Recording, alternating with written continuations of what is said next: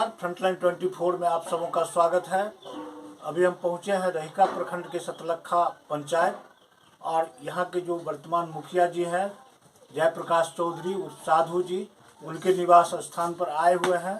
आइए चुनावी चर्चा में हम मुखिया जी से बात करते हैं। मुखिया जी, फ्रंटलाइन 24 में आपका स्वागत है। धन्यवाद आपको।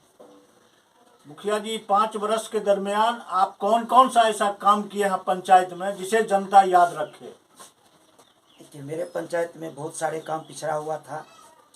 हमने गली नली और जल नल पर ज़्यादा फोकस किया और हमारे यहाँ 12 वार्ड हैं। इसमें 10 वार्ड में हमने 90% जनरल योजना का कार्य पूरा कर लिया है।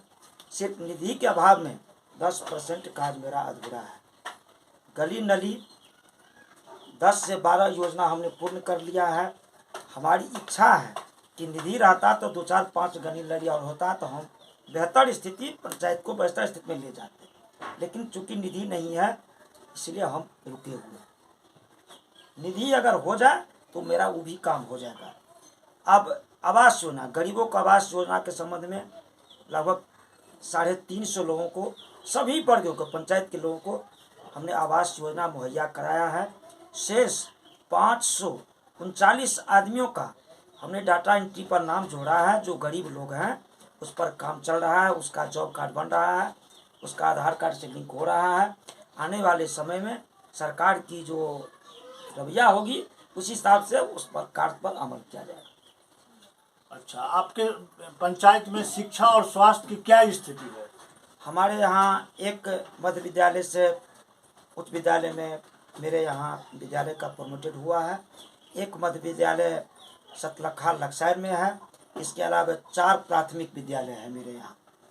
तो यहाँ यही स्थिति है शिक्षा का। ये कोरोना काल में तो 1 डेढ़ साल से समझिए कि पढ़ाई लिखाई मोटा मोटी ठप्सा हो गया है। लोग स्कूल बच्चे को नहीं भेज पा रहे हैं। तो हमारे यहाँ शिक्षा की स्थिति है, शिक्षकों की कमी है सिर्फ विद्यालय में, कि शिक्षक अगर आ जाए तो बढ़िया से पढ़ाई लिखाई पठन पाठन होगा। स्वास्थ्य की स्थिति? स्वास्थ्य में 2 स्वास्थ्य उपकेंद्र मेरे यहाँ है, एक चंदसैनपुर और एक लक्सायर टोली में। तो यहाँ कोई स्वास्थ्य की बढ़िया स्थिति नहीं, चूँकि कोई स्टाफ एनएम का ड्यूटी होता है, कभी कभार यू आती है, प्रखंड स्तर पर ही उन लोगों को, जिला स्तर पर ही उन लोगों को काम में लगा दिया गया है। तो यहाँ कोई बेहतर काम नहीं हो पा, चूँकि स्टाफ की कमी है, दवाई का अभाव है। लोगों को दवा चाहिए, बीच में एएनएम सबकी या डॉक्टरों को उपस्थित होनी चाहिए, वो पंचायत में नहीं हो पा रहा है। ये हम लोगों से है कि अगर हो जाए तो जो कुछ भी होता समाज के लोगों को लाभ उसका मिलेगा। अब पंचायत चुनाव आ रहा है, फिर से आप मुखिया प्रत्याशी होने जा रहे हैं और आपने पंचायत में जो काम किया है उसकी सराहना लोग कर रहे हैं। यहाँ पहले ऐसा काम नहीं हुआ था जैसा कि यहाँ के लोग बता रहे हैं। तो अगर फिर से आपको जनता आशीर्वाद दिया, सेवा का मौका दिया, कौन सा ऐसा काम सब है जो अधूरा रह गया जिसे पूरा करेंगे?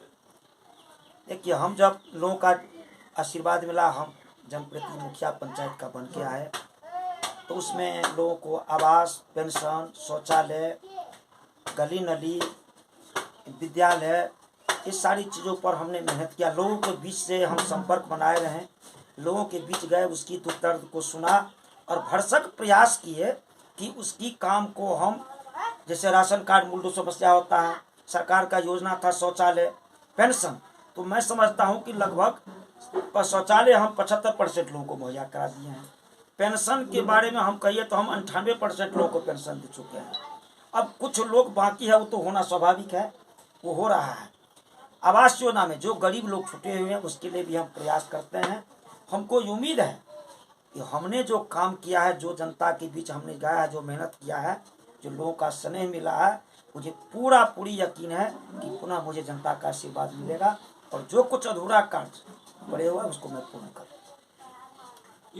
इस चुनाव में जो चुनाव आ रहा है और प्रथम चरण में ही आपके यहाँ चुनाव है, उम्मीद है कि अगले महीना के अंत तक आपके यहाँ चुनाव हो जाएगा। तो अपनी जनता से, अपने मतदाता मालिक से आप क्या संदेश देना चाहेंगे? क्या कहेंगे जो फिर से आपको आपके पक्ष में मतदान करें? संदेश हम यही कहेंगे कि आपके बीच जो हमने रहा, जो हमको आप मौका दिए, जो आपका हमने काम किया, बस उसी हिसाब से हम वोट मांगे। हम विकास के ऊपर ज़्यादा फोकस करेंगे। हमने जो विकास किया, जो लोगों के बीच काम किया, उसी आधार पर अपना वोट मांगेंगे, पुनः लोग से आशीर्वाद लेने का हम कोशिश करेंगे। मुखिया जी, एक चीज है कि आपके पंचायत में या किसी भी पंचायत में युवा वर्ग सबसे अधिक होते हैं और महिला की समस्या बहुत अधिक है। युवा और महिला के लिए, आपके उत्थान के लिए, रोजगार के लिए आपके मन में क्या कुछ योजना है? हाँ, महिला के लिए और लड़कों के लिए योजना है। सरकार तो बहुत तरह से योजना लाती है, लेकिन जो ऊपर से पदाधिकारी उसका सहयोग हम लोग को नहीं मिल पा रहा है। यहाँ बेकारी की समस्या है। अभी जो कुछ बाहर लड़के रहते थे, मान लीजिए लॉकडाउन के तरह से, वो घर पर लोग बैठ गया है, तो कठिनाई लोगों को है। आर्थिक स्थिति से लोगों, यहाँ मेरे यहाँ नौकरी पेशा वाले कम लोग हैं, बिल्कुल कृषि और पशुपालन पर यहाँ लोग डिपेंड है। तो उसमें जो बैंक से अगर कुछ सहयोग मिलता, लोगों को पढ़ाई लिखाई के लिए होता, कुछ रोजगार के लिए अवसर अगर सहयोग करे तो बेहतर स्थिति में हम लोगों को ला सकते। इसमें अगर हम लोगों को बैंक के द्वारा या पदाधिकारी के द्वारा सहयोग मिले तो हम लोगों को या महिलाओं को, जैसे जीविका समूह है या अन्य कोई चीज़ है, पढ़ाई लिखाई के मामले में आर्थिक रूप से लोग नहीं पढ़ पा रहा है, तो आर्थिक रूप से अगर हम लोगों को सहयोग मिले तो उसको हम स्वावलंबी बना सकते हैं। उसको हम जानकारी, अभी हम जानकारी तो दे रहे हैं, जागरूक लोगों को कर रहे हैं, लेकिन आर्थिक स्थिति से उसको संपन्न नहीं कर पा रहे हैं। अगर आर्थिक रूप से अगर हम उसको हम मदद करें तो हम पंचायत को बेहतर स्थिति में ला सकते हैं। ये मतलब, और ये ऐसा है कि आपके पंचायत में कितने वार्ड और कितने मतदाता हैं? मेरे यहाँ 12 वार्ड है और लगभग 5000 मतदाता है अभी वर्तमान समय में। सड़क के बारे में नहीं बताया आप, सड़क की क्या स्थिति है इस पंचायत में? गली लड़ी जो छोटी छोटी गली थी, वो पंचायत स्तर पर उसको हम किए हैं, 7 निश्चय किए हैं, 15 से किए हैं, पंचम से भी किए हैं, कुछ मनरेगा से भी ले लिए हैं। लेकिन हमारे यहाँ मूल रूप से जो आर्यों का 3 जगह रोड है, चंदसैनपुर मुसलमान टोल, चंदसैनपुर हिंदू टोल से जफराबानी जोड़े और हरजन मोहल्ला है, वो एक लक्सार कुम्हार टोली है, वो तीनों आर्यों को रोड है। और तीनों जगह जल जमाव का इतनी स्थिति है, जबकि इतनी वहाँ गंदगी है, हम लाख प्रयास के बाद भी वो सफल नहीं हो पा रहे हैं, क्योंकि आर्यों को रोड है, उस पर हम कुछ कर नहीं पा रहे हैं। आर्यों को उस पर ध्यान नहीं देते हैं। हम आप लोगों से भी आग्रह करेंगे कि हमारी जो समस्या है, लोगों को जो समस्या है, आप उसको उठाइए। हो सकता है आपके द्वारा हमारी बात को प्रशासन सरकार तक पहुँचे और उसका निदान हो जाए। इसके लिए आप लोगों को भी बहुत बहुत आभार।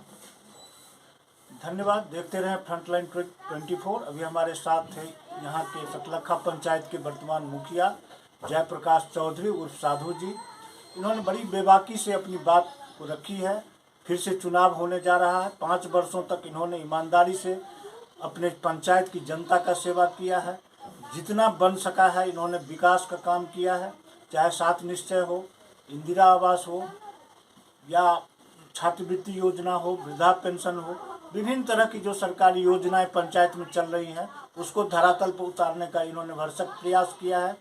फिर इन्होंने अपनी जनता से अपील किया है, आग्रह किया है, निवेदन किया है कि एक बार हमको और मौका दें, जो भी अधूरा काम बचा हुआ है उसे अगले 5 वर्षीय में हम उसे पूरा करके दिखाएंगे। धन्यवाद। देखते रहें फ्रंटलाइन।